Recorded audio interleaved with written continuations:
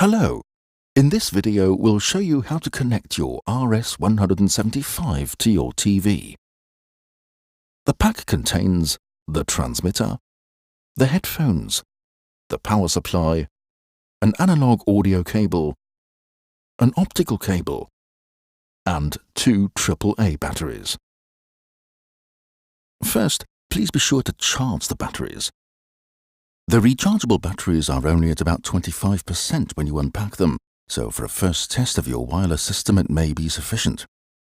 For the very first charge, however, it is important to charge them for 16 hours in order to calibrate both the technology and the batteries.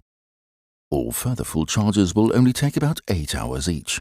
Here's how to insert them. You gently twist the ear pads to remove them, and it's one battery on each side. Now you can choose to connect your RS-175 over the optical or analog audio port. Both cables are included in the pack. When possible, we generally recommend to use the optical connection.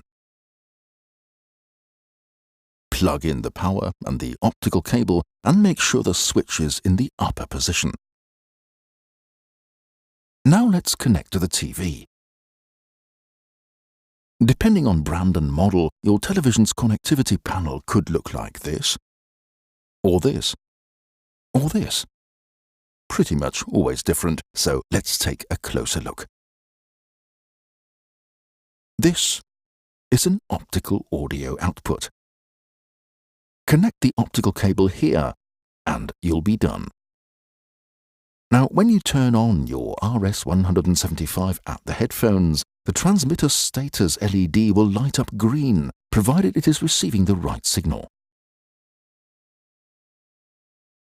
Should the status LED at the transmitter start blinking, that's an error message. In this case, please look into your TV's audio settings for the optical output. You might have various options to choose from in there.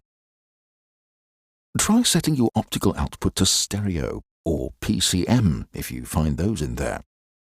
When the right audio signal is selected, the LED will permanently light up green and you're good to go.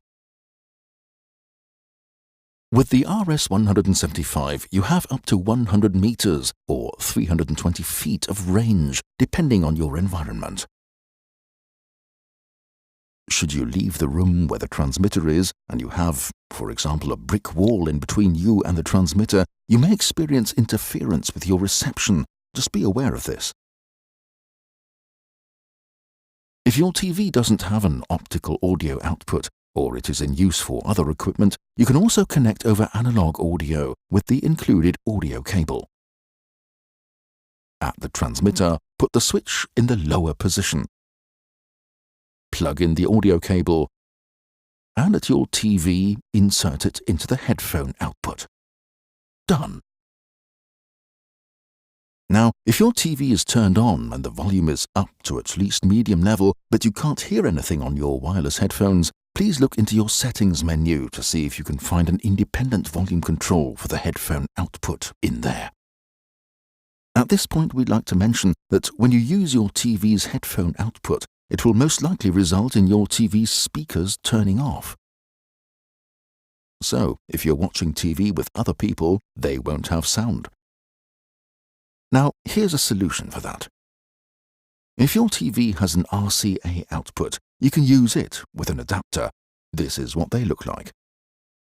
It's an RCA to audio jack adapter, and they don't cost much. On the back of your TV, look for red and white connections. But bear in mind, some might not work for you. In this picture, you can see it says component in, or here it says audio in, and sometimes there is a little symbol, a circle with an arrow going into it. You cannot use these for your wireless system. What your TV needs to have is a port that says audio or audio output, usually indicated with a circle with an arrow pointing out of it. That's the one. Connect the adapter to the TV and the audio cable onto the adapter. Done.